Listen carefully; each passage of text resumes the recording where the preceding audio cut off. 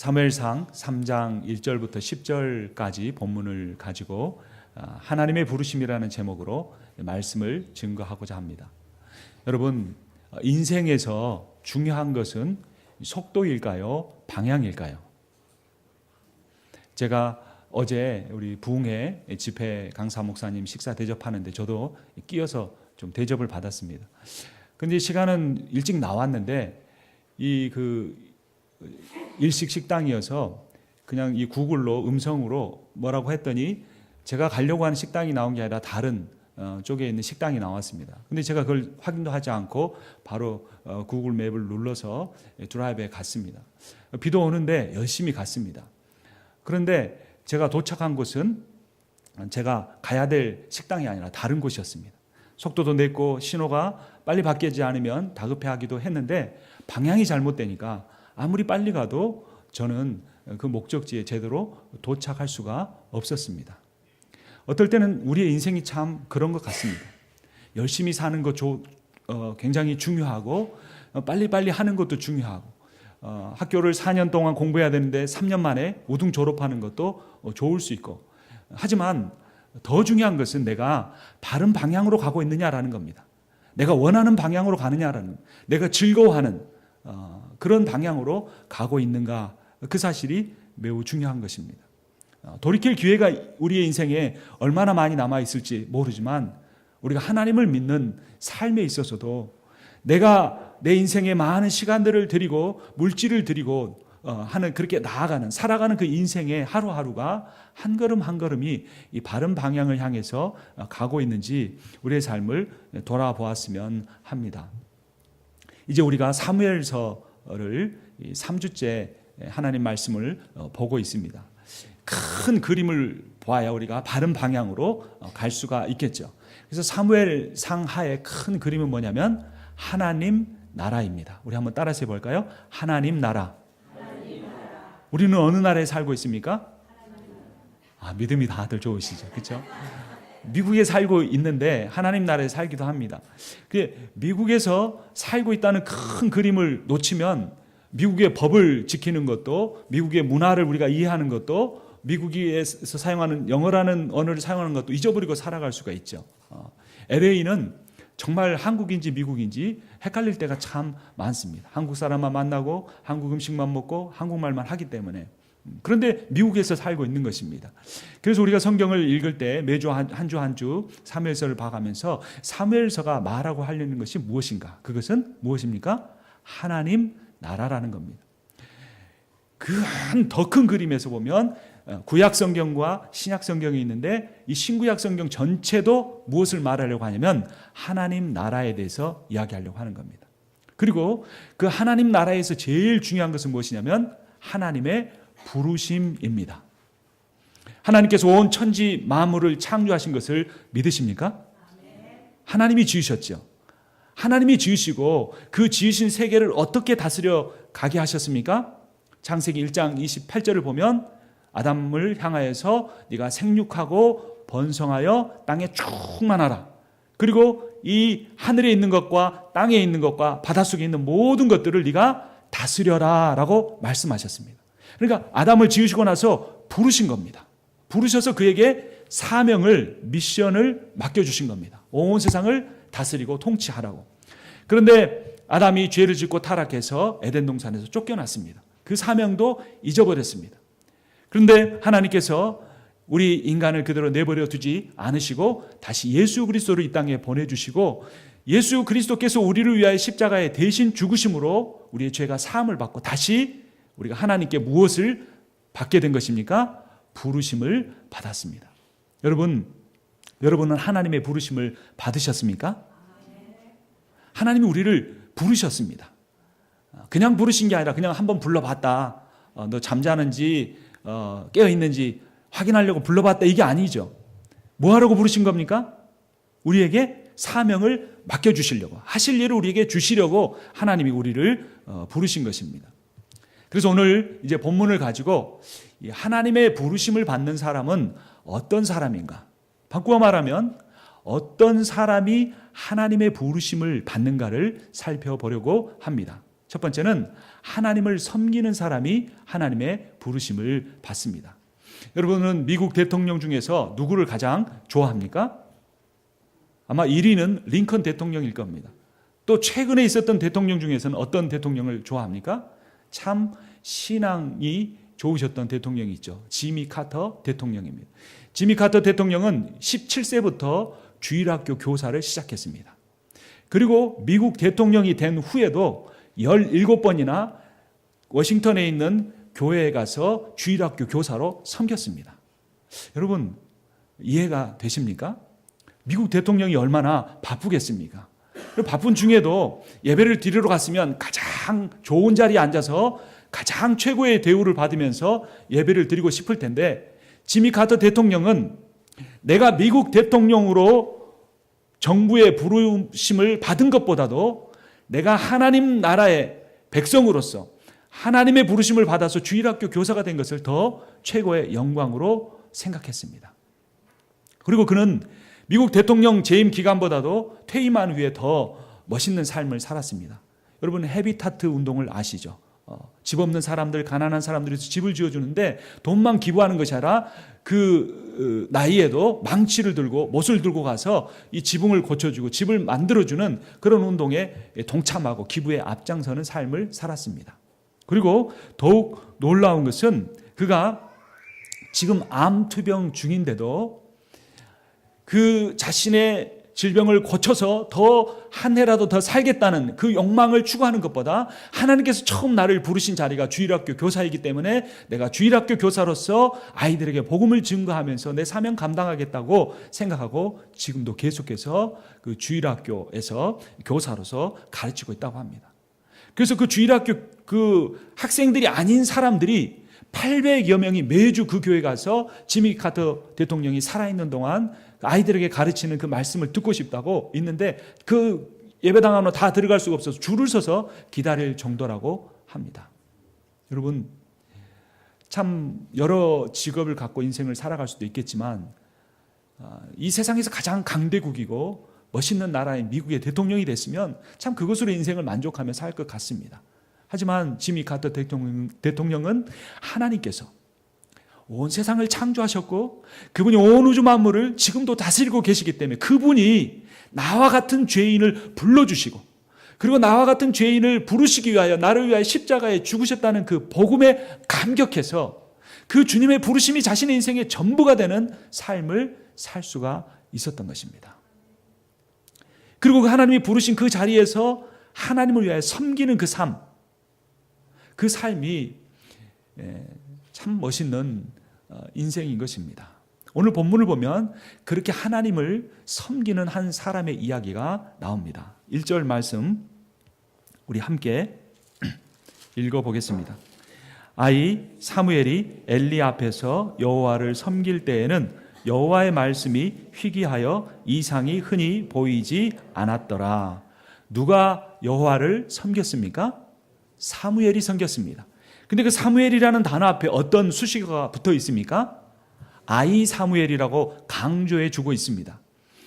이 사무엘이 3살 때 이 엘리의 집안에 위탁되었는데 12살로 추정합니다. 이제 봉사를 시작하는 것이 지금도 유태인들은 12살에 성인식을 합니다. 그래서 12살이 되면 이제 성소에서 일할 수 있게 됐는데 아이 사무엘이 12살 때부터 여호와를 성소에서 섬기고 있다라고 하는 것입니다. 자, 그런데 그 사무엘이 9시부터 9 to 5로 성전에서 일을 했는가, 섬겼는가 그랬을까요? 아니면 좀 야근을 하다가 좀 돌아갔을까요? 3절 말씀을 한번 같이 읽어보겠습니다. 하나님의 등불은 아직 꺼지지 아니하였으며 사무엘은 하나님의 궤에 있는 여호와의 전 안에 누웠더니, 어디에서 잠을 청하고 있습니까? 여호와의 전 안에서. 그러니까 24시간 거기서 하나님을 섬기는 일에 전념하고 있는 것입니다. 그런데 정작 그 성소를 맡은 책임자인 제사장은 어떻게 하고 있습니까? 2절 말씀도 같이 읽겠습니다. 엘리의 눈이 점점 어두워 가서 잘 보지 못하는 그때에 그가 자기 초소에 누웠고, 엘리 제사장은 어디에 가서 누워 있습니까? 자기 처소에 가서 누워 있는 겁니다. 그리고 엘리 제사장이 이 눈이 점점 어두워져 갔다, 잘 보지 못했다라고 하는 건데, 이거는 그냥 노안이 왔다 이런 의미만 있는 것이 아니라 그의 영적인 상태를 암시하는 내용인 것입니다. 그러니까 영적으로 눈이 어두워가는, 그러니까 제사장이 그럴 정도면 다른 사람들은 어떻겠습니까? 그 엘리의 두 아들들은 갈고리로 하나님 앞에 드릴 제물을 먼저 취하고 부정한 여러 가지 일들을 하고 있었습니다. 성전이 그러면 성전 밖의 사람들은 어떠했겠습니까? 사사기 21장 25절을 보면 우리가 잘 아는 대로 그 시대에 왕이 없었으므로 각 사람이 자기의 소견대로 행하였다라고 말해주고 있습니다. 여러분, 모든 사람이 뜨거울 때 내가 뜨거워지는 것은 비교적 쉽습니다. 하지만 모든 사람이 냉랭하고 소극적이고 하나님을 잘 섬기지 않을 때 내가 뜨거움을 가지고 하나님을 섬긴다는 것은 참 쉽지 않습니다. 그런데 사무엘은 그렇지 않았습니다. 모든 사람이 냉랭하고 모든 사람이 자신의 인생의 유익을 추구하며 살고 하나님의 뜻대로 살지 않고 자기의 소견대로 사는 그때에 사무엘은 하나님의 뜻이 무엇인가를 생각하며 성전에서 24시간 거하면서 하나님을 섬기는 일에 최선을 다했던 것입니다. 여러분, 얼마나 이 사무엘이 외로웠을까요? 옛날에는 일찍 철이 든다고 하지만 12살은 그래도 아직 어린 나이인데 1장 28절을 한번 보겠습니다.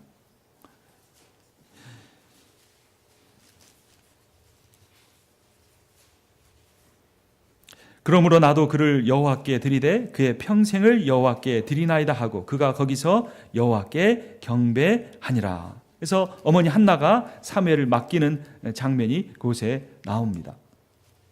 그리고 22절을 보면 22절 말씀 함께 읽겠습니다. 오직 한나는 올라가지 아니하고 그의 남편에게 이르되 아이를 젖대거든 내가 그를 데리고 가서 여호와 앞에 뵙게 하고 거기서 영원히 있게 하리이다 하니. 앞서 말씀드린 것처럼 사무엘은 몇 살 때 성전에 바쳐졌습니까? 3살 때 바쳐졌습니다. 그때부터 9년여 동안 커오면서 사무엘은 얼마나 외로웠을까요? 어머니가 어떤 기도를 드렸는지 잘 알았기 때문에 그곳에서 삶을 하나님 앞에 드리기로 작정했지만 사무엘의 마음은 참 외로웠을 것입니다. 참 힘들었을 것입니다. 여러분, 우리의 인생도 그렇습니다. 신앙생활이 좀 얕은 물가 정도 들어갔을 때보다 점점 깊이 들어갔을 때 하나님의 말씀을 깨닫게 되면서 더 외로워집니다. 왜냐하면 나는 이렇게 하나님 말씀으로 인하여 뜨겁고 하나님을 위하여서 헌신하고 희생하면서 살아가려고 하는데 그전에 나와 똑같은 생각을 하고 나와 가깝게 지냈던 사람들은 그러한 생각을 공감하지 못하기 때문입니다. 그러면서 자기 생각이 옳다고 그것을 주장하며 살아가는 사람들 속에서 내가 하나님 말씀대로 살아가려고 하는 그런 결심을 하고 그렇게 살아가는 삶은 참 외롭고 힘든 것입니다. 심지어 자신을 가르쳐주고 자신을 양육해 줘야 할 영적인 지도자까지 복음을 증거하지 않고 세상적인 기준을 가지고 일들을 해나갈 때 사무엘의 고통은 날마다 더욱더 커져 갔을 것입니다. 그럼에도 불구하고 사무엘은 여호와를 섬기는 일에 전심을 다하고 전력을 다했습니다.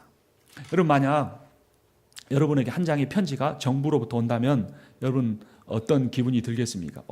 내가 아는 사람들에게만 편지가 오는데 미국 정부에서 편지가 왔을까? 그 편지를 뜯어보니까 당신의 삶을 볼 때 참 신실하고 성실하게 살아오는 것을 알게 되었습니다. 그래서 이제 미국과 한국이 교류하는 데 있어서 그 모든 일을 책임을 맡는 이 정부 관리로 임명하겠습니다. 그러면 여러분 어떤 마음이 들겠습니까? 이게 웬일이야 하는 그런 생각이 들겠죠. 그리고 여러분 그 일에 대해서 어떻게 반응을 하겠습니까? 내가 그런데 아직 비즈니스가 바빠서 그 일은 먼저 하기가 참 어렵습니다 라고 여러분 답을 하겠습니까? 아직 내가 자녀도 양육해야 되고 할 일들이 많아서 그 일은 먼저 할 수가 없습니다라고 하겠습니까? 워싱턴에 가서 그런 정부 고위 관료들이 있는 그 빌딩에 가서 한국어를 사용하면서 일할 수 있는데 여러분 그 일에 그 부르심에 응답을 하지 않을 사람은 그 일을 나중에 우선순위에 둘 사람은 아무도 없을 것입니다. 여러분, 근데 우리 교회가 제일 한인 장로교회가 운영되기 위해서 참 봉사의 직분들이 많습니다. 어떤 분은 한 달에 한 번씩 정도 돌아오는 구역별로 식사를 준비하는 일에 반찬을 열심히 준비하는 분들이 있습니다. 그래서 이 지역에서 우리 교회 하면은 참 음식을 맛있게 하는 교회로 유명하지요. 그것도 얼마나 중요한지 모릅니다. 떡을 떼고 교제하는 일. 근데 그 음식을 정성껏 준비하는 분들이 있기 때문에 맛있게 먹을 수 있는 것입니다. 여러분, 예배당이 주변을 보면 어떻습니까? 잘 정돈되어 있고 깨끗하게 청소되어 있죠. 누군가는 자신의 시간을 내어서 여기에 청소를 하는 분들이 있습니다.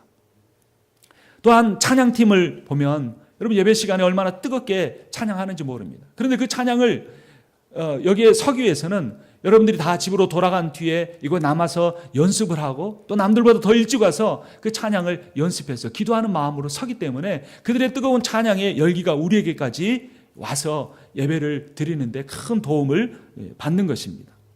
또한 예배 순서를 맡은 분들, 기도하는 분들 얼마나 긴장하는지 모릅니다. 그래서 제가 조금 더 이렇게 잊어버리고 문자를 못 보내드리면, 목사님 이번 주에 봉독할 성경 구절이 어디입니까? 라고 문자가 옵니다. 그 말씀을 한 번이라도 더 읽고 그 말씀에 근거해서 기도하려고 그런 정성을 가지신 분들이 있는 것입니다.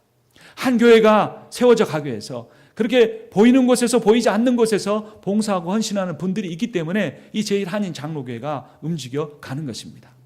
미국의 백악관에 가서 일하는 것보다, 미국 어떤 정부 청사에 가서 일하는 것보다, 세상에 어떤 유명한 대학을 가서 좋은 공부를 하고 졸업하고 연봉을 많이 주는 직장에 가는 것보다, 남들이 좋아할 만한 그런 어떤 직업을 갖는 것보다 더 중요한 일은 하나님 나라를 위해서, 영혼을 구원하는 일을 위해서 우리 지역사회 한인들이 모여서 살아계신 하나님 앞에 예배 드릴 수 있게 그것을 준비하는 일에 헌신하는 그 일이, 그 하나님의 부르심이 더 크고 귀한 일임을 우리가 깨달아야 하는 것입니다.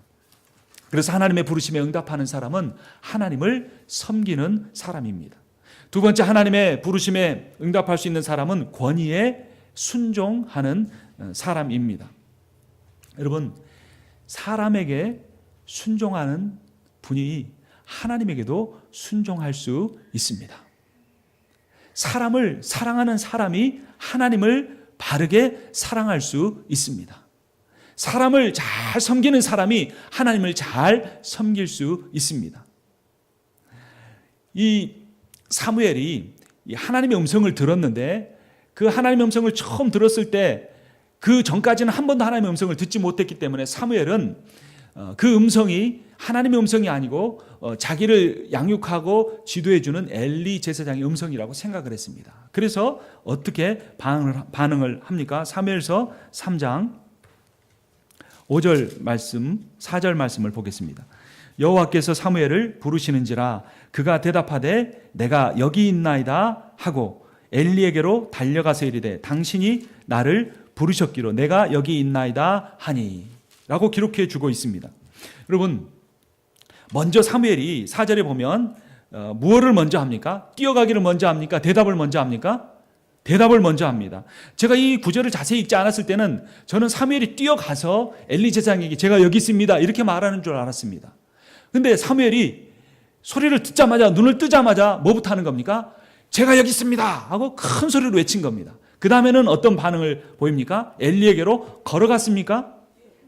달려갔습니다. 힘껏 달려가서 두 번째 말을 합니다. 당신이 나를 부르셨기로 내가 여기 있나이다 라고 말하고 있는 것을 볼 수 있습니다. 여러분, 사무엘이 엘리 제사장이 어떤 사람인 줄 알았을까요? 모를까요? 몰랐을까요? 여러분, 어린 아이들이 뭐 상황을 잘 모르는 것 같아도 더 잘 압니다. 사무엘이 12살 때까지 하나님 말씀만 보고 자라면서, 그러나 엘리 제사장이 그 아들들에게 어떻게 하는지, 엘리의 두 아들들이 어떤 죄를 짓는지 똑똑히 지켜보았습니다. 자신은 어려도 성전 안에서 기도하면서 잠에 드는데 엘리 제사장은 눈이 어두워지고 백성들을 위해서 기도하지 않고 집에 들어가서 편안히 누워 잠자는 것을 지켜보았습니다. 그럼에도 불구하고 사무엘이 엘리 제사장이 자기를 불렀다고 생각할 때 어떻게 한 것입니까? 내가 여기 있나이다 크게 외치고 뛰어가서 당신이 나를 부르셨기로 내가 왔습니다라고 외치고 있는 것을 볼 수 있습니다. 여러분, 우리들의 주변에 우리 인생을 살아가면서 우리에게 어떤 권위를 가지고 있는 사람이 있다면 우리가 그에게 순종해야 합니다. 하나님의 말씀이 우리에게 선포되어지고 들려진다면 그 말씀에 순종할 준비가 되어 있어야 하는 것입니다. 제가 한국에 있을 때 이제 운전을 하는데 저 첫째 아이가 유치원에 갔을 때입니다. 유치원에 가서 여러 가지 것을 배우는데 이제 고속도로에서 운전을 하는데 제 아이가 저에게 이렇게 말하는 것입니다. 아빠, 내가 유치원에서 배웠는데 운전을 한 손으로 하면 안 된대. 두 손으로 운전해. 그러는 겁니다. 그러니까 프리웨이는 뭐 커브를 틀 일도 없고 그러니까 반듯하게 가니까 한 손으로 이렇게 잡아서 천천히 움직인 거죠. 그러니까 얘가 그거를 봤는데 자기 유치원에서 들은 이야기 했는데 아빠는 유치원에서 가르쳐준 대로 운전을 안 하는 겁니다. 그러니까 제가 어떻게 반응을 했을까요? 깜짝 놀라서 운전대를 잡았습니다. 혹시나 애가 운전을 나처럼 나중에 한 손으로 하지는 않을까 그런 생각에. 그 뒤로도 나쁜 운전 습관이 다 고쳐진 건 아닌데 그때 처음 아이에게 말을 들었을 때 그 말을 들었던 기억이 잊혀지지가 않는 것입니다. 어린아이가 한 말일지라도 그 말이 옳으면 그 말을 따라서 살아갈 수 있는 준비가 되어 있어야 하는 것입니다. 그래서 그 권위라는 것이 꼭 사무엘이 어린 아이고 엘리가 제사장이기 때문에 그런 권위 아래서만 하나님의 말씀이 들려질 때 순종하는 것이 아니라 내가 권위자로 인정할 만한 사람이 아닌 경우라도 그가 말한 것이 옳으면 따를 수가 있어야 합니다. 여러분, 하나님의 말씀은 알면 알수록 겸손해지는 겁니다. 예수님께서 뭐라고 말씀하셨습니까? 나는 마음이 온유하고 겸손하니 너희가 내게로 와서 내 멍에를 메고 내게 배우라라고 말씀하셨습니다. 그럼 뭘 배우라고 하는 것입니까? 겸손한 것을 배우라는 겁니다. 빌립보서 2장 5절은 그러므로 너희 안에 그리스도 예수의 마음을 품으라. 그는 근본 하나님과 본체시나 그분과 동등됨을 취할 것으로 여기지 아니하시고 오히려 인간의 형체를 입고 이 땅에 오셔서 죽기까지 순종했다. 그분이 겸손하셨다라고 선포하고 있습니다. 예수님 믿는다는 것은 예수님을 닮는 것입니다.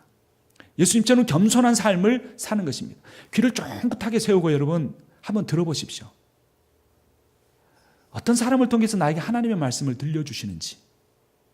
어떤 거룩한 이 성공의 신부가 있었습니다. 그분은 목소리가 얼마나 그냥 거룩이 흘러넘치는지 모릅니다. 그리고 영어 단어를 굉장히 미사여구를 사용해서 성경 구절을 사용해서 기도를 하는데 한 두 마디만 들으면 이렇게 마음의 거룩함이 쫙 흘러넘칠 정도입니다. 근데 그날도 그분이 거룩하신 하나님 아버지 온 천지 만물을 말씀 한마디로 지으시고 우리를 창조하신 하나님 오늘 또 이렇게 하면서 저는 그분의 흉내를 잘 못 냅니다. 저처럼 했다는 게 아닙니다. 그리고 기도를 하는데 그때 갑자기 하늘에서 음성이 들렸습니다. 그래 내가 너 기도 매주마다 듣고 있는데 그래 나한테 뭘 원하느냐. 그러니까 이 성공의 신부가 그 하나님의 음성을 듣자마자 그 자리에 심장마비에 걸려서 죽었다고 합니다. 그분은 기도를 통해서 많은 사람들을 하나님께로 이끄는 그러한 기도를 드린 사람인데 내가 이 드리는 기도를 통해 하나님이 말씀하실까 응답하실까 그 생각을 못하니까 하나님이 대답하니까 그 거룩한 기도를 하는 분이 심장마비로 죽었다는 겁니다. 사실인지 아닌지는 저도 잘 모르겠습니다. 그런데 여러분 그 이야기가 우리에게 주는 교훈은 무엇이냐면 우리는 하나님이 말씀하신다는 걸 어느 날 갑자기 천둥이 꽝 치고 어떤 성우의 멋진 목소리를 통하여 누구야 이래 하니 네가 이 말을 들어라 그 일은 하면 안 된다 이렇게 말씀해야만 그것이 하나님의 말씀이라고 생각한다는 겁니다. 그렇지 않다는 겁니다. 주일학교 아이가 와서 내가 전도사님한테 들으니까 하나님 믿는 사람은 서로 사랑하라고 했는데 왜 교회에서 싸워요? 이렇게 말을 하면 그 아이가 한 말이 하나님 말씀처럼 들려서 가슴이 철렁하고 두려우면서 내가 잘못 살고 있구나 이런 것을 깨달아야 한다는 것입니다. 하나님이 누구에게 음성을 들려주는가? 때로는 정말 내가 싫어하는 사람, 정말 내가 저 사람은 경건하지 않고 저 사람은 정말 하나님에 대한 믿음도 없다. 근데 사실 그런 분들이 하나님의 말씀을 잘 가르쳐 줍니다. 그런 분들이 하나님의 말씀 더 잘할 수 있어요. 근데 나는 그 사람이 살아가는 모습 때문에 그 사람의 인격 때문에 당신을 통해서 듣는 말은 다 아니다라고 부정해버리는데 그렇지 않다는 겁니다. 사무엘이 만약에 저처럼 어떤 신앙이 약한 사람처럼 신앙생활을 했다면 밤에 자다가 무슨 음성이 들리는데 하나님 음성은 들어본 적이 없으니까 엘리 제사장이 부르는구나. 근데 저 노인네가 이 밤중에 나를 왜 부르나. 나는 밤새 기도하고 이렇게 피곤해서 자는데 그냥 내버려 두지. 그렇게 하지 않은 겁니다. 아니 자기 아들들이나 좀 잘 가르치지. 정말 사람들이 와서 무슨 말 하는지 못 듣는가 봐. 갈고리로 그 음식 찍어내고 그 부정한 일들 행하며 살아가는데 왜 나를 이렇게 귀찮게 하는 것인가 판단하면서 못 들은 척 해야지. 일부러 코를 더 드렁드렁 고르면서 잠에 빠질 수도 있었을 겁니다. 근데 여러분, 놀라운 것은 엘리가 그렇게 영적으로 무지한 사람이고 자신의 삶을 온전히 살지 못하는 사람이었지만 나중에 한나가 아들을 바친 후에 그 성전을 찾았을 때 그 한나의 믿음을 보고 한나에게 축복의 기도를 해주는데 그 사무엘을 바친 이후에 아들과 딸들을 더 많이 낳게 하고 그 가정이 풍성한 복을 누리게 해줍니다. 그러니까 하나님은 마른 막대기를 통해서도 홍해를 가르게 하신 것처럼 하나님은 가장 연약한 사람을 통해서도 나에게 하나님의 음성을 들려주실 수 있다는 겁니다. 그리고 그런 사람들을 통해 듣는 말씀이 정말 하나님이 그를 통하여 나에게 하시는 말씀이라고 받아들이고 내가 겸손하게 내가 뭔가를 잘못 살고 있구나, 지적받았구나 생각하면서 그대로 살아가려는 그런 생각을 해야 합니다. 그런 생각을 하지 않고 살아가면 심장마비 걸려 죽을 만큼 강력한 하나님의 음성이 들릴 수도 있습니다. 우리 일상의 삶에서, 평범한 삶에서, 평범한 삶을 통하여 나에게 들려주신 하나님의 음성을 듣고 그 사람의 마음을 이해하려고 하고 그 말에 담긴 하나님의 뜻을 이해하고 순종하려고 할 때 우리의 삶에 변화가 일어나게 되는 것입니다. 그래서 3장 2절을 보면, 3장 1절을 보면, 다시 보면 아이 사무엘이 여호와를 섬길 때에는이라고 하지 않고 그 사이에 어떤 단어를 집어넣었습니까? 누구 앞에서? 엘리 앞에서. 저는 여기에다 다른 단어를 집어넣고 싶습니다. 아이 사무엘이 악한 엘리 앞에서 여호와를 섬겼더라. 아이 사무엘이 영적으로 무지한 엘리 앞에서 여호와를 섬겼더라 라고 넣어줄 수 있는 겁니다. 여러분, 내가 생각하기에 악한 사람들이 많습니까? 내가 생각하기에 내가 상종하기 싫은 사람들이 많습니까? 그러나 하나님은 왜 나에게 그 사람들과 함께 신앙생활을 하고 그 사람들과 함께 이 지역사회에 살게 하는지 깨달아야 합니다. 그리고 그 사람들을 통해 나에게 주신 말씀이 있으면 나는 그 사람을 통해 들은 하나님의 말씀에 내 것을 해결하면 되고, 그 사람이 그렇게 살지 못하는 것은 누가 해결해 주십니까? 나중에 엘리가 어떻게 됩니까? 목이 부러져 죽고 두 아들은 전쟁터에 나가서 비참하게 죽습니다. 그러니까 그 사람들의 일은 누가 처리해 줍니까? 하나님이 처리해 주시고, 나는 그 악한 사람을 통해서 들은 말씀이 있으면 나는 그 사람들과 같이 살지 않기 위해서 더 겸손해지고 그를 통하여 들은 말씀이 하나님의 음성인 줄 알고 깨닫고 순종해야 하는 것입니다. 마지막 세 번째, 어떤 사람이 하나님의 부르심을 받습니까? 말씀과 하나님을 체험하는 사람입니다. 오늘 본문을 다시 보겠습니다. 9절입니다. 엘리가 사무엘에게 이르되 가서 누웠다가 그가 너를 부르시거든 내가 말하기를 여호와여 말씀하옵소서 주의 종이 듣겠나이다 하라 하니 이에 사무엘이 가서 자기 처소에 누우니라. 세 번을 불렀는데 세 번씩이나 사무엘은 엘리가 부른 줄 알고 대답 먼저 해놓고 막 달려가서 이렇게 대답을 했습니다. 그러니까 그 영적으로 무지한 엘리도 하나님께서 사무엘을 부르셨구나 하는 걸 깨닫고 사무엘에게 가르쳐 준 겁니다. 그래서 사무엘이 어떻게 합니까? 10절 함께 읽겠습니다. 여호와께서 임하여 서서 전과 같이 사무엘아 사무엘아 부르시는지라. 사무엘이 이르되 말씀하옵소서 주의 종이 듣겠나이다 하니. 감격적인 순간입니다. 사무엘이 말씀을 통하여서도 하나님을 만났었고 하나님을 믿었습니다. 기도하는 중에도 하나님을 향하여 뜨거운 열정을 가지고 하나님 앞에 부르짖었습니다. 그러나 하나님을 인격적으로 만난 것은 처음이었습니다. 옛말에 이 지지자 불여 호지자, 호지자 불여 낙지자라는 말이 있습니다. 어려운 저도 처음 들어봤고 무슨 뜻인지 잘 모릅니다. 근데 거기에 세 단어가 나옵니다. 알 지자, 좋을 호자, 그리고 즐거울 낙자입니다. 풀면 어떤 뜻이냐면 아는 것은 좋아하는 것만 못하고 좋아하는 것은 즐거워하는 것만 못하다라는 겁니다. 우리 이 공부하는 학생들이 있는데 여러분들은 공부를 이 지식으로만 하려고 하지 말고 그것을 좋아해야 합니다. 내가 좋아하는 것을 공부하게 되면 좋아하려고 하면 이 억지로 하는 게 아니라 시험 보기 위해서가 아니라 더 열심히 하게 됩니다. 근데 거기서 조금 더 깊은 수준으로 가면 뭐 하는 겁니까? 즐거워하면서 하게 되는 겁니다. 그런 수준으로 공부하는 사람이 얼마나 있겠습니까? 그러나 우리가 인생을 살아갈 때 내가 무엇인가를 결정하려고 할 때 이런 생각을 하고 살아간다면 참 좋을 것입니다. 여러분, 그런데 신앙생활에서도 그렇습니다. 내가 신앙생활을 얼마나 아는가, 복음에 대해서 얼마나 알고 있는가, 그것보다 더 중요한 것은 내가 그 복음 대신 예수 그리스도 하나님을 얼마나 내가 좋아하는가 생각해 봐야 합니다. 그리고 내가 좋아하는 정도가 아니라 얼마나 그 하나님을 즐거워하고 기뻐하는가, 그런 삶을 우리가 돌아봐야 하는 것입니다. 야구에서 사할 때 이 타율을 가지고 있으면 대단한 사람입니다. 3할 때도 어려운데 4할 때 이 타자는 굉장한 거죠. 그런데 이 기자가 물었습니다. 그렇게 4할 때 타율을 치는 타자의 비결은 무엇입니까? 실력입니까? 노력입니까? 여러분, 실력일까요? 노력일까요? 실력은 타고나는 거고 노력은 애쓰는 거죠.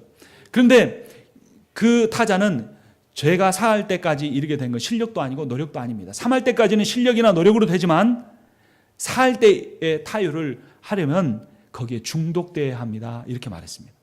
자기는 야구 배트만 보면 기뻐서 어쩔 줄 모른다는 겁니다. 야구 공이 날아오는 거 보면 정말 그것을 치려고 할 때 얼마나 그것이 즐거운지 모른다고 하는 겁니다. 그럼 세상에서 운동을 하는 사람도 어느 정도의 수준에 올라가려고 하면 그것이 어떤 실력이나 노력만이 아니라, 아는 정도가 아니라 그것을 좋아하고 즐거워해야 되면서 거기에 중독이 돼야 한다고 말합니다.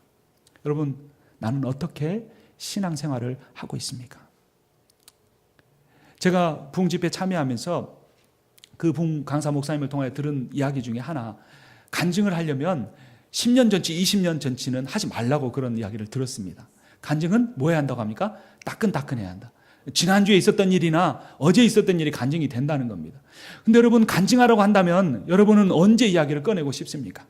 내가 20년 전에 예수님 만났을 때 정말 뜨거운 눈물을 흘리면서 예수 그리스도를 위해 내가 살겠다고 다짐했던 그 간증이 다시 나와야 합니까?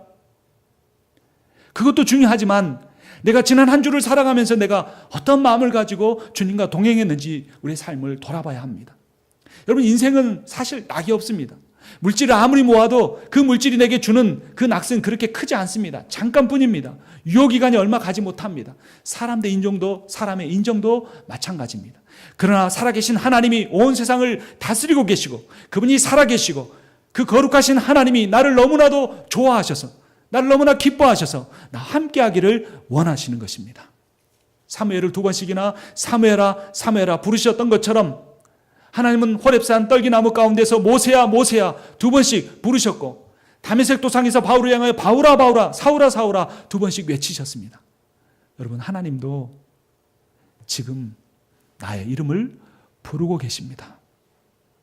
네가 무엇을 고민하고 있는지 안다. 네가 무엇 때문에 힘들어하는 줄 알고 무엇 때문에 고통스러워하는지 내가 안다. 왜 이것을 네가 붙잡고 있느냐? 나에게 나아오라. 나를 아는 정도에만 머물지 말고 내가 너를 좋아하는 것처럼 나를 좋아해라. 내가 너를 볼 때마다 즐거워하고 기뻐하는 것처럼 너도 나를 바라보면서 즐거워하고 기뻐할 때 너의 삶이 놀랍게 변화될 것이다 라고 하나님은 말씀해 주십니다. 하나님께서 12살에 불과한 사무엘을 모든 사람이 영적으로 무지하고 차가운 냉랭한 신앙생활을 할 때 부르신 것처럼 주님께서 오늘 이 시간 우리를 부르고 계십니다. 우리 인생에 성공하는 것도 중요합니다. 내 직장생활을 열심히 하는 것도 중요합니다. 그 일에도 주님이 반드시 함께 하시고 주님께서 이기게 하실 것입니다. 그러나 더욱더 중요한 것은 주님을 향한 열정을 잃어버리지 말고 주님이 나를 사랑하시는 그 뜨거운 사랑의 100만 분의 1 정도라도 내가 그 뜨거움을 가지고 하나님을 붙잡고 살아갈 때 더 이상 내가 방황하는 인생을 살지 않게 될 것입니다. 주님은 말씀하십니다. 야곱아, 너를 창조하신 여호와께서 지금 말씀하시느니라. 이스라엘아, 너를 지으신 이가 말씀하시느니라. 너는 두려워하지 말라. 내가 너를 구속하였고 내가 너를 지명하여 불렀나니 너는 내 것이라. 여러분, 하나님이 우리를 부르셨습니다. 나를 하나님의 나라를 위하여, 이 제1한인 장로교회를 위하여, 이 중앙 펜실베니아 지역을 위하여 놀랍고 멋지고 아름답게 사용하실 것입니다. 그렇게 주님의 부르심에 응답하여 주님 내게 주신 사명 감당하는 여러분과 제가 되기를 주님의 이름으로 축원합니다. 살아계신 하나님